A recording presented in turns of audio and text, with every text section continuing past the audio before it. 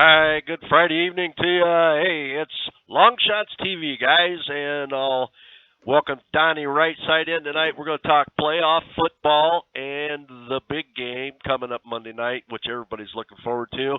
Hey, guys, thanks for joining us on the app. Our beta testers are testing the trend betting app for the first time on a live stream. We hope everybody can see us tonight and hear us. That'd be great. And hopefully we'll be able to get you some information on these playoff games that are looking pretty good. How you doing, Donnie, tonight? You feeling good? You feeling it? I'm feeling good. I mean, this is my favorite time of the year. I mean, obviously football's winding down, so you get that little tear in the eye, but ain't no way better to go out than in the playoffs. I love this weekend having 4 games, but honestly, Tony, next weekend when the big boys come out to play, that's my favorite weekend of the year, but you can't go wrong on Wild Card Saturday and Sunday. Yeah, absolutely. We're looking forward to these games a lot. This is my favorite time of the year as well when it comes to NFL football anyway, because this is what it comes down to. It's, putting your money where your mouth is, so to speak. Okay, well, let's jump right into it. Let's talk about the Oakland Raiders and the Houston Texans. Texans looks like they're favored by 3.5 to 4 on most books. And this is one of those games, Donnie, Derek Carr breaks his leg. Oakland's rolling along, and now you kind of wonder, what are they going to be able to do in the playoffs? Whereas on the other side of the ball, you've got Brock Osweiler. If you're you're betting this game or you're trying to cap this game, what do you really? I mean, how can you get an edge on this, Donnie? In this game, what it comes down to is really betting in its simplest form and using each team-by-team analysis. If you look at the numbers, I mean, Oakland 12-4, like you said, 9-7 to Houston. First of all, the game shouldn't even be on the road because Oakland technically should be home resting, right behind New England with the number 2 seed and getting ready for a Super Bowl push. How quickly things change, just like that ace pitcher in baseball when he goes down. When you lose your quarterback, you lose the head of the snake, and that's tough to overcome. Now, they did have McGloin as a backup quarterback who's been around the league, a veteran presence, been in that Oakland system. He's not even going to play in this one. So theoretically, it's not even a backup quarterback that's going to take the field for Oakland. It's going to be a rookie who is a practice squad player. And if you don't know about the NFL, if you're a practice squad player, you're not even running Oakland Raider plays in practice. You are running the other team's scheme and just trying to match it up and get your throws in and get your work in. You're still going to team meetings. You're still trying to learn the process, but you're not getting any reps whatsoever in practice. So case in point, you're going to get your first career start in the NFL on the road in a tough environment in a dome in the playoffs versus a team that is used to being in the playoffs. Brock Osweiler on the flip side for Houston, he's not a very good quarterback, but they're going to be healthy coming to this one. Obviously, J.J. Watt's been out a long time, and that defense is still ranked number 1 overall. They've held down the fort the entire year. Lamar Miller had 2 full weeks off. He's going to be rested and ready for this ball game. Another key injury, Tony, that you want to look out for, left tackle Donald Penn is not going to play for the Oakland Raiders. So now you're looking at a backup left tackle, a third-string rookie making his first career start on the road. If you can get it at 3.5 or 4, I would be leaning towards Houston. But again, the NFL did the right thing by putting this game on as the appetizer to start the playoffs on Saturday because it's a terrible football game. Yeah. I won't have any money on this game. I like to say that now, depending on maybe some things change. But I would lean Houston here. Not enough to bet, though, for me. Yeah, I agree with you there. Most boards are showing Donald Penn is questionable, though. He's out. Yeah, he was just officially about an hour ago, Tony, was ruled out for the game. Okay. All right. And there's some other notables also that are listed as doubtful, but you'll have to get the report closer to game time to make sure you make a good decision on that if you're planning on betting it. Okay, let's go to Detroit and Seattle. All right. This is the game I'm looking forward to. Nobody is counting on the Detroit Lions to do anything, Donnie, and that saddens me. Yeah, I mean, if you take a look at how it's played out, I mean, Detroit had everything in their hands 2 weeks ago. Yeah. You could have just beat, the Dallas Cowboys, but you got bailed out. You lost that game, and you were still clinching a playoff spot due to a couple upsets there in the NFC. And then you had it all together. Your nemesis, Aaron Rodgers, in your house. You struggle to beat that team. Circle the wagons one time in the last football game of the season. Win your home field advantage for that first playoff game. Avoid going to Seattle. They came up completely lame again. Now, having said that, this isn't your father's Seahawks football team. Right. Earl Thomas leaving in that secondary has been massive. The past couple teams that have come down and played Seattle have played them really well and really tight. You're looking at a team last week, Seattle had something to play for. The 49ers, without Carlos Hyde, are basically, a MAC football team out there on offense. They played them right down to the wire. The one thing I do like in Seattle here is if you can keep this game close, they're getting 8 points. I don't think Seattle has the ability to blow you out or completely take over a game on offense. It's a shame that Detroit is not going to come with a little bit better running game because that would take a lot of pressure off of Matthew Stafford, but he has enough weapons in this game to keep it close. It's so hard to win, Tony, in Seattle. I don't know if they can pull it off, but I'm not laying over a touchdown with the Seattle Seahawks here. I agree there. It's unfortunate that Theo Riddick is out, Brandon Pettigrew is out, Abdullah. There's just too many guys that were, key factors. And it's kind of the contrast of seasons here where you had this Detroit, coming along throughout the season and putting win after win together with those fourth quarter comebacks. And then on the opposite end, you had Seattle who just, started off terrible and then just really started putting the season together. And that's what it's all about. Playoff football is peaking at the right time. Mm-hmm. And if you look also at Detroit, the one thing, again, being a gambler, a lot of the times, Tony, you've done this for a long time, is not about betting the team. It's about betting and getting value in the number. The one thing I absolutely love to use as one of my arrows, getting ready to come out would be you're looking at a team that played twice in a row, national primetime, huge ratings. They got beat down at the Cowboys. They got beat down at Green Bay. So what does Joe Public immediately say? Oh, my God, Seattle never loses at home. I saw Detroit the last 2 weeks. They're a terrible football team. It's a great reason to buy low. The one thing that Detroit is really going to bounce back with and have a good week, Dallas football. Right. Best offensive line in football. If you look at the Green Bay Packers offensive line, they have 3 linemen that rank number 1 at their position, according to Pro Football Focus. They're going to come in against one of the worst offensive lines in the game. They're going to be able to put pressure on Russell Wilson. The key is, playoff Russell Wilson is going to run the ball more. If you can keep him under contain, and that Detroit front 4 is good enough to generate pressure organically without taking the blitz away. And again, you're not worried on the back end. If you look at Green Bay, they have 5 wide receivers that can beat you. Dallas has the best running back in the game, an all-pro wide receiver, a great slot, and a really good tight end. That's not the case here with Seattle. Seattle has Jimmy Graham, a great quarterback. Darius Slay looks like he is going to be healthy for this one again. He's going to be matched up on Doug Baldwin to try to take that away. There's really no number 2 out there that can beat you. I think Detroit can hang in this one, and taking the 8 points is probably going to be the smart money here. Yeah, I think that's a good call, Donnie. So here's the wrap-up. We've got Oakland at Houston. And the winner of that game then has to go into New England and play the Patriots, and that's going to be a tough call for either one of them. And between Detroit and Seattle, they have to go to Atlanta and play the Falcons there, and they're on a roll as well. So potential outcomes there, Donnie. I would think we'd both tend to lean towards New England winning that game, obviously. But what about Atlanta? Yeah, it's probably going to be chalk in there. I mean, I don't anticipate – it'd be nice. Hey, it's the NFL and anything can happen. We've seen close games with Seattle. As long as Seattle holds serve, and then we're going to look at the game in a couple minutes there with Pittsburgh and Miami. Same thing with the Giants and Green Bay. Whoever holds serve looks like they're going to go in and play who they're supposed to play. Next week is the biggest. It's one of my greatest capping factors I love to use is the bye week in the playoffs. The number 1 and number 2 team typically are the best team in the divisions, and they're getting a full week off. And that wild card, you're going to be fighting tooth and nail right down to the gun in these games. So keep an eye on next week when we do that show. We'll go over it even more of what the overall statistics are on the home team coming off a bye in the playoffs. Yeah, we'll definitely want to get into some depth on those. Mm-hmm. Okay, let's jump down to Miami-Pittsburgh. Looks like the line, it's jumped all the way to 10.5 in favor of Pittsburgh here. Do you see Miami giving Pittsburgh any kind of a contest in this? I do.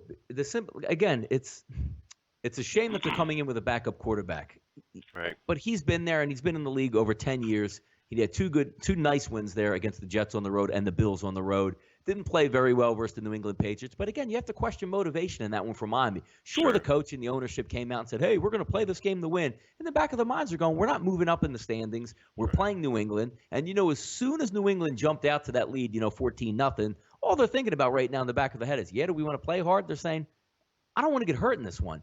Do I think Miami has a chance to win this football game? Absolutely not. But again, when you're dealing with, a couple of sports books at 10.5, some even showing 11, it's not necessarily about can they hang around the game. It's if you're down 17 points in the fourth quarter, there's no more style points for Pittsburgh. All they're looking to do is say, hey, you know what? Let's run it out, get to zeros. Let's not get anybody hurt, and let's move on and go on the bigger and better things. That's what you have to factor in. Could this game end up being 28-10? Sure. But that means you only missed the line by a touchdown. Right. If Miami can come into this football game, it's going to be cold, maybe get an early turnover, a pick six, or something on a big play. They can hang around and swing. Do I think they can win the game? No, and I don't think anybody's picking them to win. But I can't lay double digits in the playoffs. I just can't do it. Right, yep.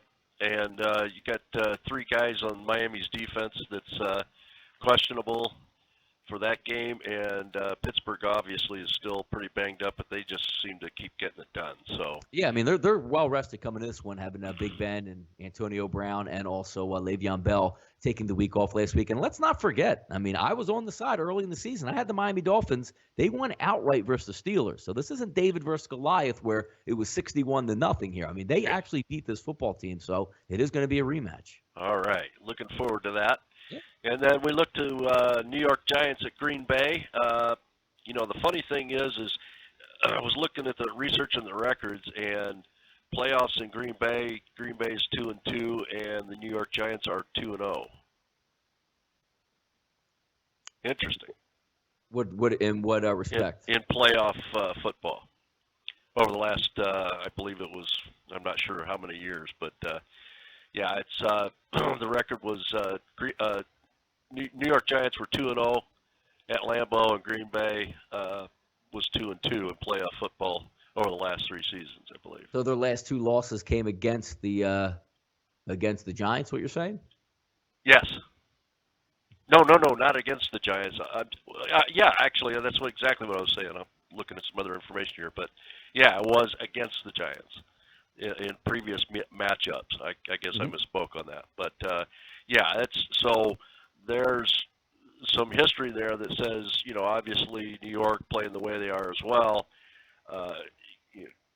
they've got a good chance to go into Lambeau and get the win there. Whereas Green Bay, they've been, really striding, and again, like you usually point out, is public perception. Green Bay's been on a roll, but I don't think that Green Bay is going to actually be able to hold the Giants off here on this game. It's going to be interesting because the Giants have a tendency to not score any points. But the one thing you have to love is when you can bring a defense on the road or anywhere in the playoffs in cold weather, you're always going to be in the football game. The one thing that's going to be very tough for the New York Giants is just Eli Manning alone. He's had a terrible season. The only thing, if he can avoid, is throwing the interception at the wrong time. Right. The Giants will not only be in this game, they can win this football game. But how many times over the year have you seen just the awful throw where it's 3rd and 10 on your own 10, and you just throw it blind over the middle of the field and it turns into a pick six? He does it quite a bit. If he can avoid that, they have a matchup advantage here. A couple defensive backs are going to be out for Green Bay, or at least heavily banged up heading into this one, and that's not what you want to see when you have Odell Beckham Jr. coming into this football game. As long as the wind is light in that one, he's going to play a force. The one thing I do like is the addition of Paul Perkins into the lineup over the last couple weeks to revive a running game that was dormant for the most of the season. The one thing it's hard to bet against, I know it's Green Bay at home, it's what they do, but you have to look inside the numbers here. If you look at each and every Giant game, if they're not winning the game, they're hanging around right till the very end in a lower scoring battle. The cold weather tone is going to lend to more of a low scoring game as opposed to a shootout if it was in nice weather or in a dome somewhere. My mind right now, I haven't fired on any playoff game yet because I'm still waiting on some conditions there. I'm actually surprised, Tony, that line went from 4.5 to 5 and is showing up at 5.5 in some places. I'm leaning towards taking the points here early. Nice. I was just looking at some public consensus on the games too, and it's interesting to note. With first of all the totals, New York Green Bay is 71% on the over.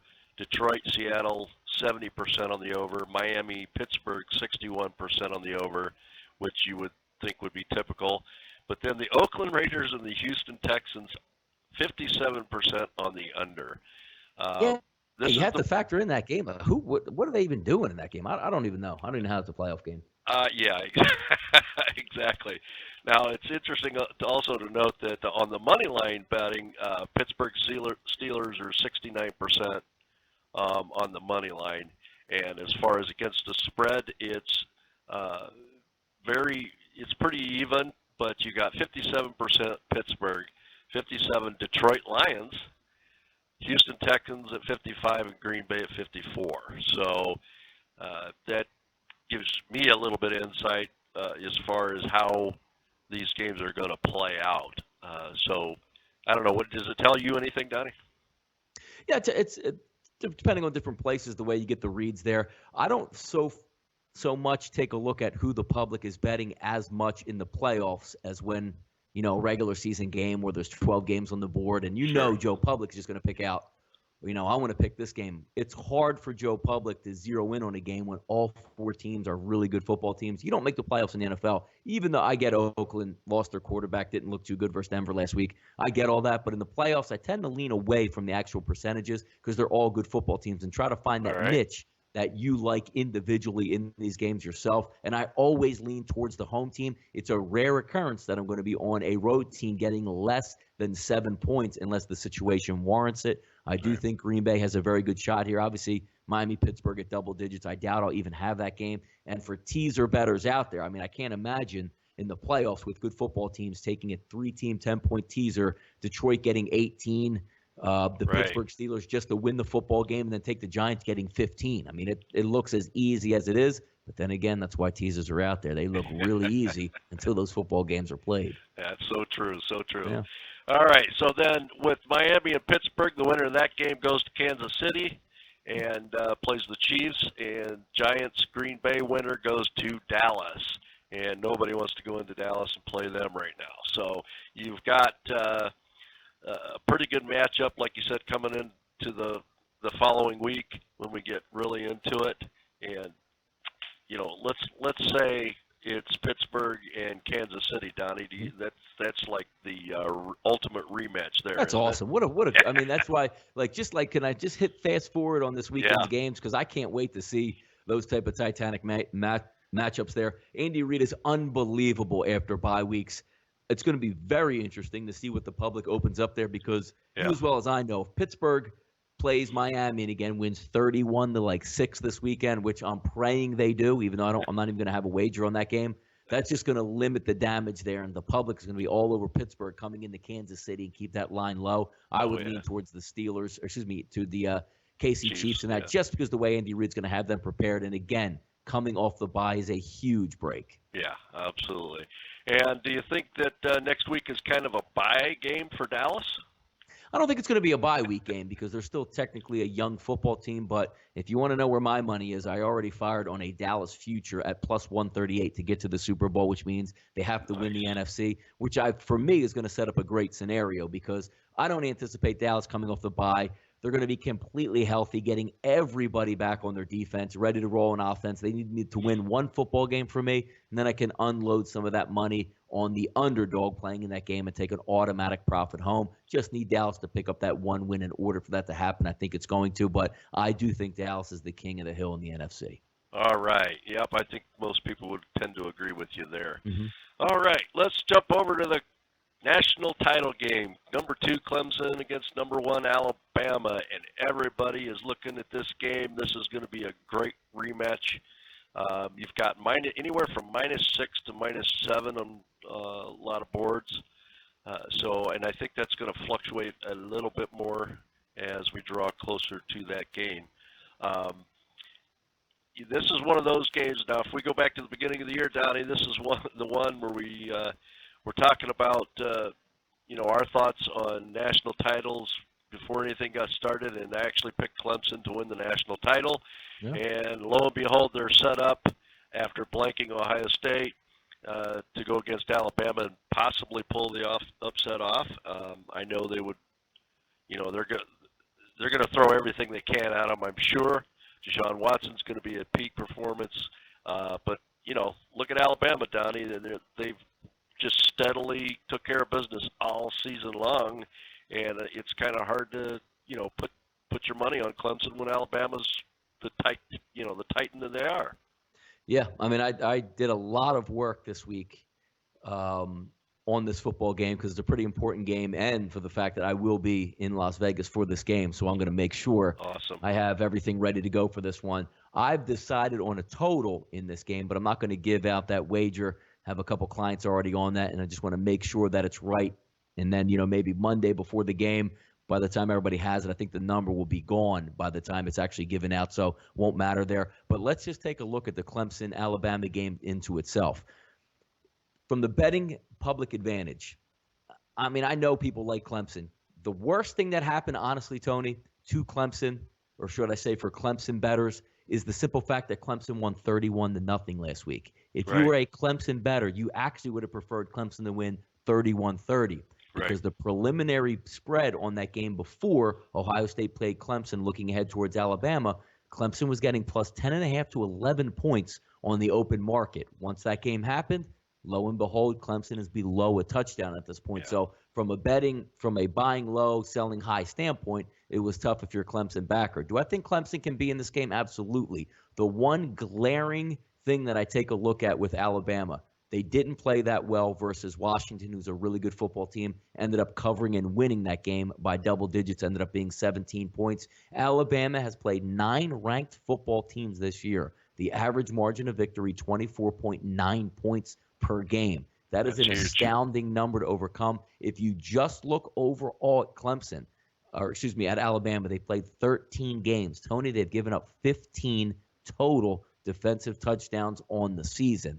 That's enough to scare you away with anything below 7 points. But again, you have to look at Dabo Swinney. You have to look at Clemson. This is a been there, done that. This is the same game was played last year, albeit a little bit different moving parts. But Alabama was supposed to smash them last year. Yep. That game ends up in the last seconds, 45-40, an unbelievable game with Deshaun Watson going toe-to-toe with Saban the Master as the defensive coordinator out there and ringleader. They played very well. I expect nothing less out of Clemson. If you're going to tell me that this game is going to be 35-10 Alabama, I'm going to tell you you're crazy. Clemson's going to be in this football game. They might not cover since it is below a touchdown. I mean, it's only, one play or you're down 6 late in the game and you can't do it and they kick a field goal to make it 9 points. It's going to be a lot closer than what most of the public thinks. I think Clemson's going to hang around this one. Do I think they're going to cover the line? I'm not sure, which is why I'm not betting that there. But if you think Alabama's going to come out here and just steamroll like they've been doing the entire season,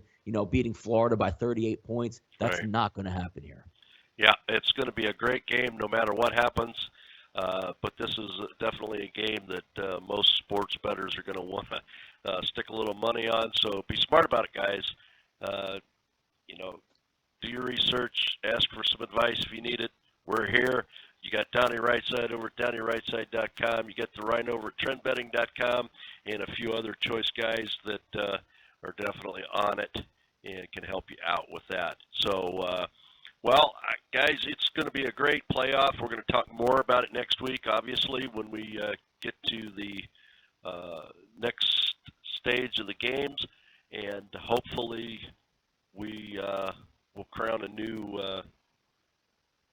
national title champion in Clemson. At least that's what I'm hoping. It's gonna be fun every year.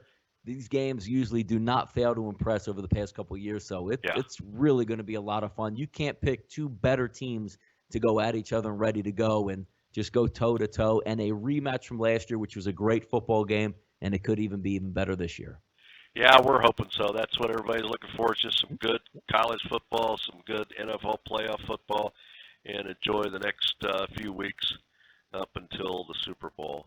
Okay, guys. Well, I hope folks that were watching on the beta test app tonight could see us and everything was good. And getting the thumbs up from the technical crew, so that's a good thing.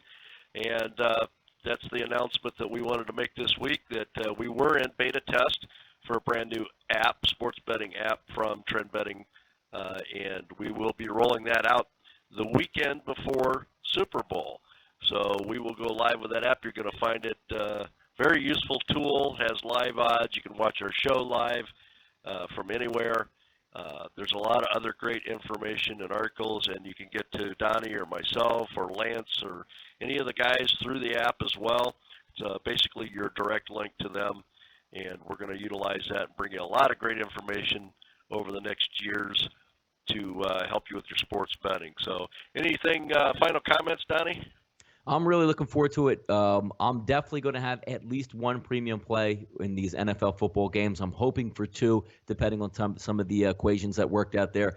Going over the show, Tony, the listeners out there, they know which way I'm leaning on them. So it's going to come from those four teams that we did go over, just a matter of picking out the right one and making sure the line is right. Monday night, I have a great total in this football game, a real good beat on it. Hoping for a really good game, but I'm hoping the tempo in this game is a little bit up here as opposed to down here, if you catch what I'm saying. All right. There you go, guys. A little bit of lean from the master. So, guys, you want to definitely get on board with Donnie because he's by all means the master when it comes to the football games. And you can check out his documented record anytime. So that's it for Long Shots TV tonight, guys. Let's enjoy the weekend and watching the games, and we'll look forward to talking to you next week at Friday at 9 Eastern. And make sure you visit Donnie over at DonnieRightSide.com. Say hello and come see us at Trend Betting and also our Facebook group on Trend Betting as well. Absolutely. Hey, man, I love coming on every single time with this show. Tony, do a great job over there hosting it. We're going to talk Friday night, hopefully with our pockets a little bit fatter. There we go. All right. That's it, guys. Remember to take a shot with Long Shots because we are the game. Even get to cross.